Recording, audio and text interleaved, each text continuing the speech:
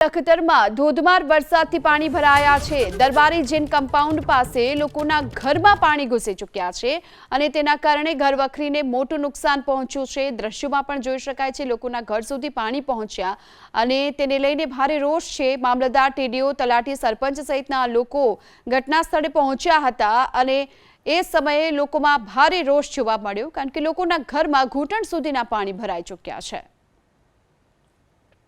લખતર આનંદ શેરીમાં અમે રહી છીએ, બરાબર, રબારી શેરી ગણાય અને એ વર્ષોથી પાણી ચાલતું હતું અહીંયા। એટલે રાજાશાહી વખતે પાણી આ ખાડ્યા એમ કે નીકળતું જ હતું, પણ આમ હમણાંથી 6 તારીખથી આ બંધ કરી દીધેલું છે અને અમે બધી અરજીઓ કરી 6 તારીખે। કોને કર્યું? આ બંધ એનો હુકમ આવ્યો તો કરશને બંધ કરેલું, બરાબર, કરશનભાઈ જાદવજીભાઈ।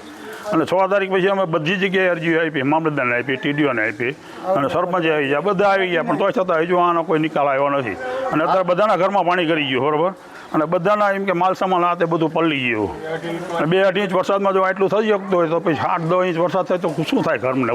આ બધા ઘરો પડી જાય।